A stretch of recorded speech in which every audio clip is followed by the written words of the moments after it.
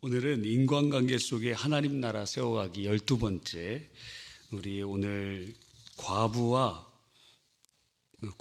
과부를 도우며 함께 즐거워하라 라는 소제목으로 함께 은혜를 나누고자 합니다. 여러분, 어떤 기록에 따르면 배우자와 사별한 1인 가구가 우리나라 계속 지속적으로 증가하고 있습니다. 2023년 추정 자료는 160만 가구 정도가 된다 그래요. 이 중에 여성이 75%. 그래서 1인 가구로 이제 65세 이상 되시는 분이 상당히 100몇십만 명이 되고 있다라는 것을 알 수 있습니다. 근데 문제가 있습니다. 이렇게 고령 1인 가구의 여성분들이 빈곤율이 40%에 이릅니다. 둘 중에 한 명은 빈곤한 상태에 있는 경우가 많다는 것입니다. 이분들에게는 건강의 문제도 굉장히 많은 심각한 현실적인 문제로 다가오고 있는 것이죠. 고아는 어떨까요? 요즘에는 고아라는 단어를 사용하지 않습니다. 옛날에 우리나라에 컴패션이 생기고 또 홀트 아동 복지회가 생기고 여러 가지 그런 복지단체들이 고아들을 잘 돌보고 했던 일들이 있는데, 그것은 전쟁을 우리가 겪었기 때문에 전쟁에서 부모가 죽고 사별하고 홀로 된 아이들이 많이 있었어요. 그래서 고아들이 많이 있는 나라였습니다. 그런데 지금 현재는 부모가 양쪽이 다 없는 경우에 그런 완전한 고아는 거의 많지가 않은 것 같아요. 그래서 그들을 이제 보호 대상 아동이라고 칭하는데, 이러한 사람들이 약 2만 2천 명 정도 지금 있습니다. 그래서 매년 이제 그 보호 아동에서 이제 나아가고 그다음에 또 들어오는 사람들이 있어요. 어떨 때는 굉장히 많은 수가 들어오기도 하는데, 지금은 이 아동 자체의 전체 수가 줄어들고 있기 때문에 그 들어오는 수도 적습니다. 보통 최근에 한 2,200명 정도가 매년 이렇게 증가하고, 예전에는 막 4,000명, 5,000명, 어떨 때는 IMF 지나갔고 1998년 막 이럴 땐 10,000명 이렇게 매해 증가하는 사람들도 있었다 그래요. 그런데 이 보호 대상 아동으로 되는 경우에 가장 큰 퍼센트가 이 부모의 학대 및 방임으로 그렇게 되는 경우가 있고, 48%고, 또 부모의 이혼이나 가정해체, 또 부모의 질병이나 빈곤 등으로 보호 대상 아동이 되는 경우들이 있다 그럽니다. 우리들도 이 향진원을 섬기고 있는데 거기서도 고아라는 단어를 쓰지 않아요. 실제로도 양 부모가 없는 고아들이 거의 많지 않고, 이렇게 이러한 사정 가운데 있는 어린이들이 있는 것을 보는 것입니다. 그래서 이 보호아동 발생수를 보니까 2020년에는 5,053명이 발생했고, 한 해 2021년에는 4,521명이 발생했고, 2022년에는 3,756명, 2023년에는 2,796명, 2024년에는 2,836명으로 줄어드는 추세를 보여주고 있습니다. 자, 그런데 성경에서는 이 고아와 과부에 대해서 굉장히 지대한 관심을 가지고 계시다는 것입니다. 시편 68편 5절에 보면 하나님은 고아의 아버지시며 과부의 재판장이시다 말씀하셨어요. 그래서 주님께서는 아주 지대한 관심을 가지고 계시다 하는 것입니다. 여러분, 그래서 오늘 제목이 고아와 과부를 도우며 함께 즐거워하라 라는 것입니다. 과거이나 지금이나 사회에서 고아나 보호아동이나 과부는 가장 약한 그룹에 속하고 있는 것을 우리는 통계적으로 봅니다. 그래서 하나님께서 이들을 압제하지 말고 학대하지 말고 해롭게 하지 말라. 과부의 것을 토색하고 고아의 것을 약탈하는 자는 하나님으로부터 있을 화가 있을 것이다 선언하고 계시는 것입니다. 세상의 모든 사람에게 함부로 해서는 안 되지만 특별히 이들에게 함부로 해서는 안 됩니다. 왜냐하면 하나님이 특별한 관심을 가지고 계시기 때문입니다. 하나님은 고아의 아버지시요 과부의 재판장이시기 때문입니다. 하나님은 이들과 함께 즐거워하라고 명하십니다. 그래서 절기에 그 구약의 절기에 보면은 사회적 약자들과 함께 잔치를 벌입니다. 함께 즐거워합니다. 그리고 3년에 1차씩 드리는 구제의 11조, 매년 11조가 있지만 3년에 한 차례는 한 번 더 주님 앞에 11조를 드리는데 그게 바로 구제의 11조예요. 그 구제의 11조를 통해서 사회적 약자들과 함께 나누고 즐거워하는데 그 중에 빠지지 않는 사람이 과부와 고아인 것입니다. 하나님은 하나님의 그 기쁨이 나에게만 머물러 있기를 원하지 않으세요. 하나님께서는 인간관계 가운데 하나님의 나라를 세워가기 위해서 과부들과 고아들에게 함께 그 기쁨의 즐거움에 참여하기를 원하고 계시는 것입니다. 여러분 주위에 지금 그런 분들이 있습니까? 그러면 여러분이 기뻐하는 그 기쁨에 그들이 참여할 수 있도록 우리의 지갑을 열고 우리의 가정을 초청하면서 함께 귀한 즐거움의 은혜가 있어야 될 것입니다.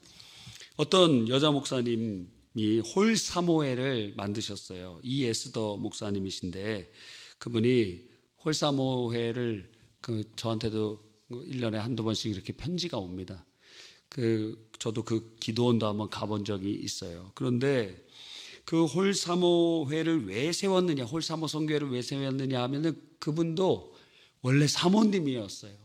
홀사모가 되었어요. 남편이 돌아가시고 홀사모가 되었습니다. 그리고 나중에 여자 목사님이 되셨는데 이제 돌아보니까 자기와 같은 처지인 사람들이 많은 것입니다. 남편 목회자를 천국에 먼저 보내고 어찌해야 될지 모릅니다. 그래서 교회에서 목사님이 돌아가시면 제일 불쌍한 사람이 누구냐면 사모님이에요. 사모님. 예. 그래서 저희 아내는 같이 죽어야 된다 그런 얘기를 하더라고요. 여러분, 그것도 하나님의 은혜가 있어야 됩니다. 다. 자, 그런데 우리가 잘 알듯이 손양원 목사님이 애양원에서, 손양원 목사님 원래 부흥사였거든요. 부흥사로 유명하고, 그리고 굉장한 사랑의 섬김과 나병 환자들을 섬기고 그 예양원 교회에서 평생을 헌신하는데, 그런데 손양원 목사님이 돌아가신 다음에 바로 교회에서 한 것이 사모님 교회 나가라는 거예요. 나갔습니다. 그 가족들도 다 쫓겨나가서 나가게 되었어요. 그 겨울에 눈이 막 소복하게 오는데 애기들과 함께 그 길을 가다가 쓰러졌어요. 그 누가 건져줬냐면 그 근처에 있는 스님이 건져줘갖고 절에서 거기서 먹고 자고 그렇게 회복됐다는 거예요. 여러분, 얼마나 부끄러운 일입니까? 말이 돼요? 이런 일들이 지금도 벌어지고 있다는 게 지금도. 예전에 우리 선대 목사님이 원래 우리 노예 소속이었나 하는 모 교회에 목사님이 갑자기 돌아가셨어요. 그분은 아주 열심히 사역을 감당하셨던 분이셨거든요. 근데 원래 목회자가 안 되려고 하셨는데 군대에서 원래는 전혀 목회자가 될 생각이 없었어요. 근데 그 자기 같이 복무하는 어떤 사람이 죽어가면서 어떤 질병인지 하여튼 그 내용은 제가 정확히는 잃어버렸는데 내 대신 주의 종이 되어 달라고 헌신해 달라고 부탁을 하고 죽었는데 그 일을 하나님의 부르심으로 듣고 목회를 시작해야 하셨던 것 같습니다. 근데 그 목사님이 열심히 목회하시다가 교회도 얼마 전에 몇 달 전에 가보니까 서울에 아주 크고 잘 지어놨더라고요. 그거 보면 1층에 무슨 주차장 안에 탁 들어가면은 뭐 무슨 홀이 있더라고요. 거기 뭐 사람 이름이 적혀 있어요. 보통 교회에 그런 이바울관 이런 거 없잖아요. 근데 거기에 무슨 권사님 관 이렇게 있더라고요. 1층에 보니까 여중가 어디에 토지가 있었는데 그거를 하나님 앞에 드렸어요. 그런데 그곳에 작은 그 교회 수양관과 기도원처럼 그렇게 해놨는데 거기가 개발이 되면서 이 두 번째인 성전을 이제 다시 지을 때 굉장한 도움이 많이 됐대요. 와. 여러분 땅이 좀 있으시면 이렇게 교회에 헌금하셔도 큰 도움이 될 것 같습니다.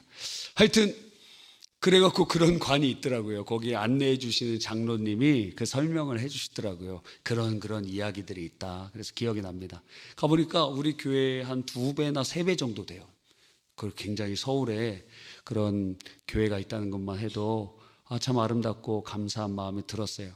벌써 3대 목사님인가 벌써 이렇게 오셨는데 참 감사한 마음이 들었습니다. 근데 아마 1대 목사님이었던 그 목사님이 갑자기 돌아가셨어요. 그래서 임시당회장으로 우리 목사님이 그 교회에 가시게 되었습니다.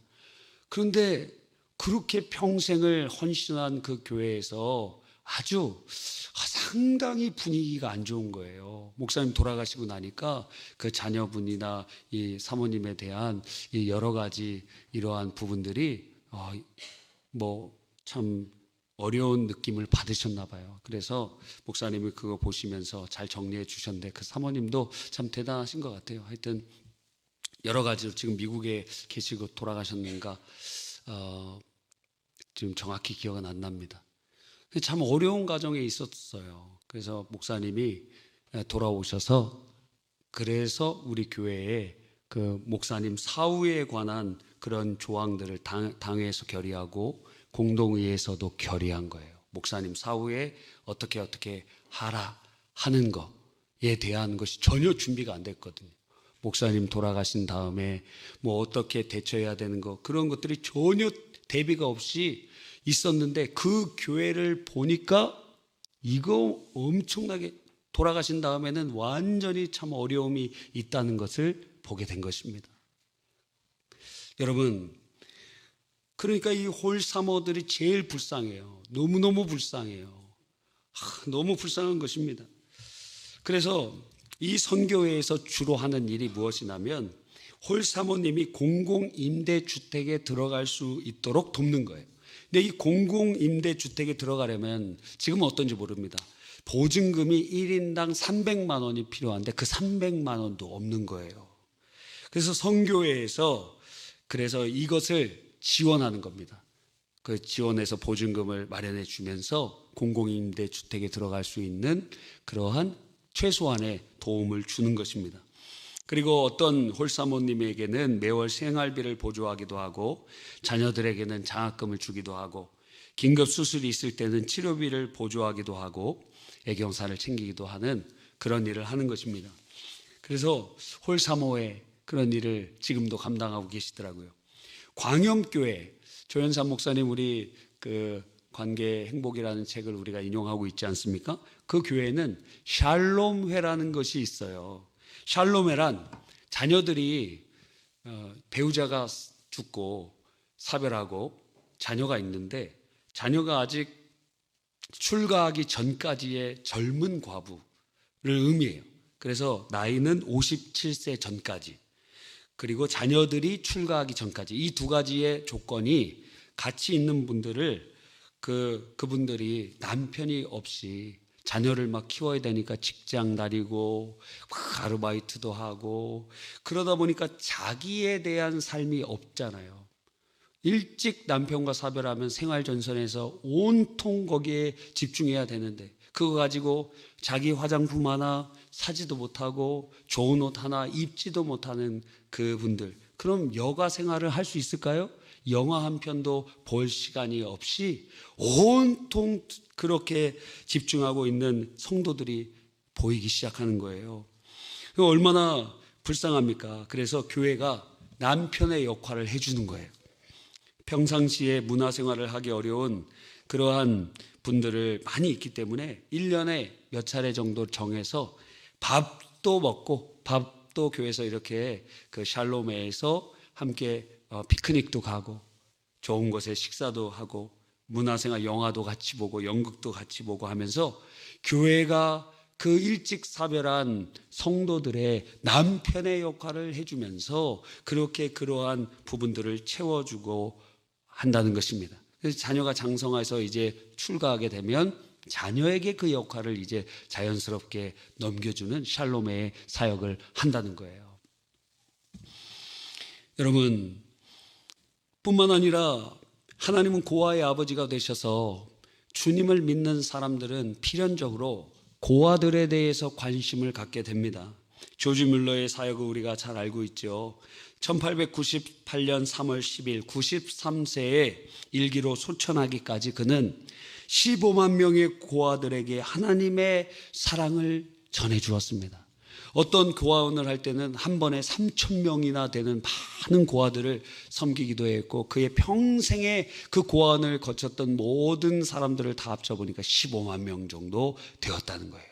얼마나 위대한 일입니까? 주님의 그 사랑, 고아의 아버지가 하나님이 되시니까 그 일을 감당하는 것입니다.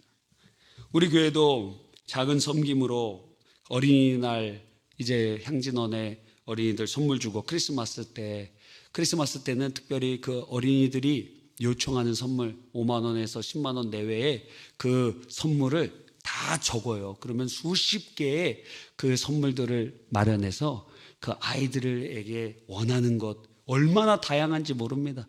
어떤 애들은 뭐 뷰티에 관심이 있어서 그런 것도 있고, 어떤 애는 옷에 대해서 있고, 또 어떤 애는 뭐 이런 것 저런 거 다 관심사가 달라요. 어떤 애는 장난감, 어떤 애는 인형, 어떤 애는 뭐 그렇게 다르더라고요. 그 한 개 금액 있잖아요. 그래서 약사 빠른 애들은 거의 다 한 개 금액에 막 맞추거나 약간 넘어가거나 막 거기에 맞추거나 그러더라고요. 웬만해서는 다 이렇게 보내주고 있습니다. 여러분이 많이 함께 동역해 주시고 헌신해 주세요. 어떨 때는 그 막 500만 원 이렇게 우리가 예산을 잡고 하거나 더 넘게 하거나 그러면 한 분이 막 다 감당해 주시는 경우들도 있고, 그렇게 주의 큰일에 고아의 아버지가 되시는 하나님의 은혜의 통로로 쓰임받는 분들도 많이 계시는 것입니다. 어떤 교회에, 주사랑 공동체 교회에 담벼락에 2009년 12월부터 한 박스가 설치되었어요. 그걸 베이비 박스라고 합니다. 이 주사랑 공동체 설립자 이종락 목사님은 원래 아들이 중증 장애를 가지고 있었어요. 그래서 그 아들을 아주 극진히 막 잘 돌봤어요. 그래서 그 주위에서 중증 장애로 인해 버림받은 아이들이 하나둘씩 이 목사님에게 보내지기 시작했습니다. 그러던 어느 날 겨울 새벽 3시경에 한 남성으로부터 전화가 왔어요. 아이를 교회 대문에 놓았으니 잘 돌봐달라. 그리고 전화를 탁 끊는 거예요. 그래서 후다닥 하고 교회 문을 열고 탁 나가보니까 거기 앞에 어떤 아이가 박스, 사진을 보니까 박스 안에 이 담요로 이렇게 둘러싸인 아이가 있는 거예요. 근데 아주 그 생선 비린내가 그 담요에서 가득 나고, 그리고 그 냄새 따라서 막 들고양이들이 모여오기 시작하는 거예요. 캣맘들 잘 들으세요. 들고양이가 지금 무엇을 먹으려고 왔습니까? 생선 비린내를 따라서 생선인 줄 알고 왔는데 아기가 있는 거예요. 그러니까 굉장히 위기의 상황에 탁 나가보니까 막 그런 상황인 거예요. 야, 다른 동물들도 위험해요. 인도에 가보면은 이만한 개들이, 옛날에 우리나라는 발바리들이 요만했잖아요. 그런데 이만한 진돗개만한 개들이 길가에 누워 있어요, 낮에.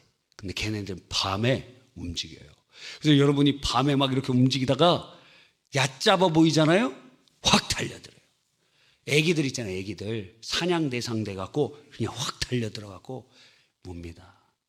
오늘 이번 주문진 선교 이렇게 하고 저희 해변가에 한 1시간인가 1시간 반 정도 있었습니다. 마지막 날에.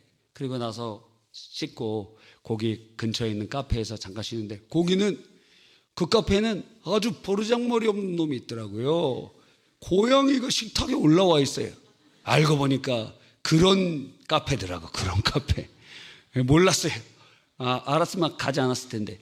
하여튼 고양이가 올라와서 그냥 누워서 자고 있더라고. 제 제가 앉을 자리가 없어갖고 거기 있는데, 근데 이쪽에는 또 고양이 이렇게 자는 데가 이렇게 벽에 높이 이렇게 있어서 거기서 몇 마리가 자고 있고, 제 식탁에 걔가 탁 노란 고양이가 그냥 깰 생각도 하지 않고 아주 버르장머리 없이 그렇게 탁 누워 있더라고. 야, 이걸 어떻게 해야 되나? 쫓아내야 되나? 근데 이 주인 그 컨셉으로 해놓은 데잖아요. 그래서 고양이랑 같이 아이스티를 먹었습니다.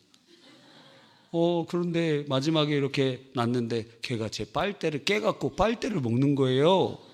상당히 기분 나빠갖고 그거 버리고 그 뚜껑도 벗겨갖고 마시다가 나왔습니다. 걔는 자기 걸 먹어야지, 자기 사료가 옆에 있었는데 말입니다. 예, 저도 강아지도 여러 번 키워봤는데, 예, 주인과 강아지의 위계 질서를 아주 강하게 두는 사람이에요. 예, 주군이라고 불러라. 예, 동료가 아니다. 동료가 아니다. 여러분, 딱 보니까 아이가 다운 증후군이 있는 거예요. 그래서 다운 증후군을 갖고 있으면서 아이니까 키울 수가 없을 것처럼 느껴져서 그 아이를 거기다가 겨울에 놓고 간 것입니다. 주변에 어슬렁거리는 고양이를 쫓아내면서 이러다간 아이가 죽을 수도 있겠다는 생각이 들었습니다. 그래서 기도하면서 그 아이를 이제 키우고 가는데, 기도하면서 들은 생각이, 아니, 버려진 아이들을 안전하게 거두어 살리는 일을 어떻게 할 수 있을까? 그런 생각이 계속 들다가 교회 담벼락에다가 베이비박스를 설치해 놓은 거예요. 사실 외국에서는 이와 유사한 제도들이 여러 군데 있습니다. 독일에서는 그 베이비박스가 한 100곳 정도 된다 그러고, 또 체코에서는 47곳이 있고, 폴란드에서 45곳, 일본에서 1곳 등 많이 있대요. 정부에서 운영하는 베이비박스도 있고 민간에서 설치하는 베이비박스도 있다고 합니다. 그래서 그 들어온 아이들이 즉시 병원으로 인도돼서 입양수속을 받고, 그러면서 그런 과정들이 그 나라들에서 진행된다는 것입니다. 그럼 베이비박스의 성경적인 근거는 무엇이냐? 첫 번째는 아이에게는 생명의 지킴이, 하나님께서는 생명의 주관자이시고 생명 그 자체가 되시는데, 이 아이들의 생명을 지키는 역할을 이 베이비박스가 한다는 거예요. 그 교회가. 또 부모에게는 선한 이웃이 된다는 것입니다. 그 부모가 자녀를 버리고 싶어서 버리겠어요?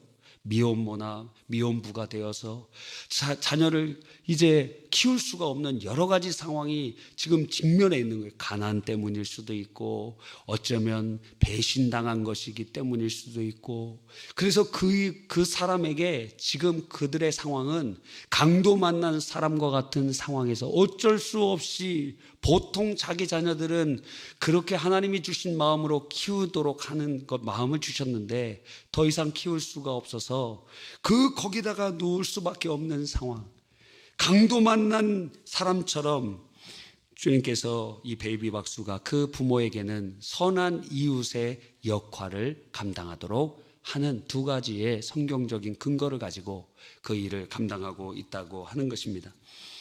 저는 이제 한 몇십 년 전부터 마음에 그런 마음을 주셨어요. 저는 어린이를 크게 좋아하지 않습니다.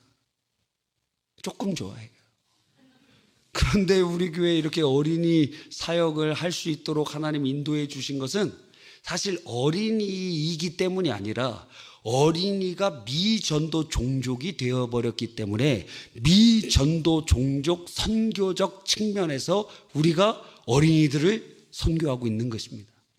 어린이들이 특별히 이쁘기 때문에, 어린이들이 특별히 사랑스럽기 때문에, 여러분도 키워보셔서 알잖아요. 애들이 자기중심적이고 그런 모습을 다 알고 계시잖아요. 말만 안 할 뿐이지 거짓말도 얼마나 잘하는지 모릅니다. 애들은 순수하지 거짓말하지. 여러분도 다 어렸을 때 다 거짓말 해봤잖아요. 애들 다 키워봤잖아요. 부모를 제일 많이 속이는 게 누굽니까? 자녀들이잖아요. 10,000원짜리 준비물인데 15,000원이라고 하면서 5,000원 삥땅 치는 애들이 다 여러분의 자녀들 아니었습니까? 예? 문제집 2만 원이라고 그러는데 3만 원이라고 부르고 한 장 더 막 이러고. 여러분, 그래서 저는 원래 아이들 중에서 이 초등학교 아이들보다 한 4, 5살 정도 되는 애들이 말귀도 좀 알아듣고, 그리고 어느 정도 순수하고, 그리고 이렇게 자기의 목리도 부리지 못하고, 목리를 부려도 이렇게 제압이 되잖아요. 근데 좀 더 크면 제압이 막 잘 안 되잖아, 애들이. 그런 5살 정도 되는 애들이 제일 이쁘더라고요. 이야, 5살 정도 되는 애들. 그런데 저는 하나님께서 주신 마음 중에 하나가 무엇이냐면 영아원을 세워야 되겠다는 마음입니다. 그래서 0세부터 1살, 2살 그 사이, 그 영아원을, 그러니까 버려진 아이들, 이 베이비박스에 버려진 아이들처럼 이 부모에게 태어나자마자 얼마 되지 않은 아이들, 그 아이들을 주님의 사랑으로 이렇게 키울 수 있는 영아원. 근데 영아원이 우리나라에 거의 없더라고요. 인천의 카톨릭 재단에서 하는 거 하나 있고, 거의 이게 법제가 바뀌었는지 입양을 보내거나 보호가정에 연결해 주거나 하는 걸로 바뀌었나 봐요. 영아원 자체가 거의 없어요. 근데 하나님께서 허락해 주신다면 그런 영아원을 지금 제가 생각할 때 어디다 세우면 좋을까? 그냥 제 생각입니다. 여러분이 이렇게 차를 이쪽으로 쭉 타고 가다 보면은, 큰 길로 쭉 가다 보면은 그 지금 여월작동 개발하고 막 그러 있잖아요. 거기 가고 나서 전인가 거기 무슨 LPG 충전소가 있습니다. 혹시 아세요? 거기 그 뒤에 좀 들이 있잖아요.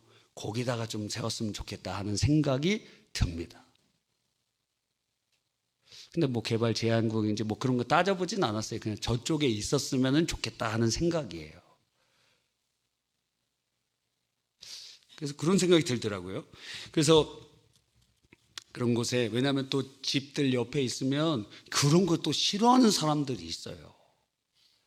애기들 이렇게 영아원 있는 거 싫어하는 사람들이 있다니까. 그래서 거기에 조금 도시에서도 멀리 떨어지지 않고 좀 공기도 좋으면서 하는 그런 자리면은 좀 괜찮겠다 하는 생각이 듭니다. 여러분, 그래서 버려진 어린이들, 그래서 저는 0세부터 2세까지는 감당할 수가 없어요. 저희 자녀들 키울 때도 다 저희 아내한테 맡겼습니다. 그래서 아내에게 잘 키우도록 부탁을 하고, 저는 아기가 올 때도 잘 자고, 그리고 이렇게 뭔가 케어하기가 상당히 어려웠어요. 별로 없는 것 같아요. 몇 번 안아주지도 못한 것 같고, 거의 저희 아내가 그 일을 감당했습니다. 근데 저희 아내를 보니까 요 0세부터 2세 그 사이에 있는 특별히 태어난 지 얼마 되지 않은 애를 좋아하더라고요. 그 하나님께서 뭔가 준비하고 계신 것이 아닌가 하는 생각이 들어요. 예? 영아의 어머니 뭐 이렇게 되지 않을까. 그런데 우리 교회에서 못하더라도 제가 이렇게 계속 반복적으로 얘기하는 것은 같은 꿈을 가지고 있는 사람들이 이 자리에 있을 수 있습니다. 그럼 여러분이 주님의 이름으로 시작하시라는 거예요. 그러면 제가 하지 못하더라도 여러분이 하면 같이 주님의 꿈에 함께 동역하는 것입니다. 그러니까 여러분들이 돈도 많이 벌고 하나님께서 물질 축복도 많이 주셔서 하나님의 큰 일을 감당하라는 거예요. 버려지는 아이들 얼마나 많이 있습니까? 그 아이들을 주님의 사랑으로, 기억은 할 수 없어요. 걔네들이 0세부터 2세까지 거기에 있는다고 무슨 기억을 할 수 있습니까? 그런데 걔네들에게는 그 0세부터 3세 사이에는 무엇이 생성이 되냐면 그 감정의 틀이 생성이 돼요. 그래서 그 감정이라는 것이, 여러분도 똑같은 말이나 똑같은 상황에 다르게 다 감정이 움직이잖아요. 어떤 사람은 아무렇지도 않은데, 어떤 사람은 그게 원수가 되기도 하고, 어떤 사람에게는 불안한 감정이 되기도 하고, 똑같은 얘기와 똑같은 상황인데도 다르다는 게, 그게 0세부터 3세 사이에 감정의 틀이 어떤 사람은 동그랗게 생성됐고 어떤 사람은 세모나게 생성됐고 어떤 사람은 이렇게 찌그러지게 생성이 된 거예요. 그게 누구에게 절대적인 영향을 받느냐? 바로 어머니에게 영향을 많이 받는다는 것입니다. 지금은 어린이집 선생님에게 상당히 영향을 받는 거예요. 어린이집 선생님들이 좋은 사람들이 돼야 되는데 보통 어린이집 선생님들이 너무 할 일이 많아갖고 항상 짜증이 90% 와 있더라고. 제가 이렇게 주변을 살펴봐도 너무 할 일이 많아갖고 아니 그런 것 좀 줄여야 돼. 보여주기식은 다 없애고 애들한테 사랑만 줘야 될 것 아니에요. 여기 막 큰 소리가 나옵니다. 그죠? 경험자세요, 경험자. 할 일이 너무 많죠? 교구 제작이 무슨 필요해. 애들이 알지도 못하고 기억도 못하는데. 맞아요, 틀려요? 사랑으로 그냥 어머니의 그 사랑으로 그 애들, 물론 선생님들이 좀 쉬려고 애들 강제로 막 낮에 재우기도 하고 그러기는 하지만, 그런데 그래도 너무 선생님들이 행복해야 애들이 행복할 거 아닙니까? 이야, 저를 막 국회에 보내드릴 것 같아요. 여러분의 얼굴 표정. 아니 선생님이 행복해야 애들이 행복하고 학생들이 행복한 거지. 힘들게 그렇게 뭔가 보여주기식으로 업적식으로 그렇게 한다고 다 되는 게 아니에요. 어리면 어릴수록 더 정서적인 교류가 필요한데 말입니다. 우리 김현주 전도사님도 막 끄덕끄덕 하세요. 끄덕끄덕. 제가 협회장이 돼야 될 것 같습니다. 여러분, 그러니까 여러분이 그 영화원의 교사가 되고, 여러분 지금 무슨 자격증 같은 거 있으면 빨리빨리 따놓으세요. 그 애기들 뭐 돌봐주고 있는 거 그런 거, 아니면은 또 뭐 국가에서 어린이들 뭐 할 수 있는 자격이 있으면 지금 빨리 따놓으세요.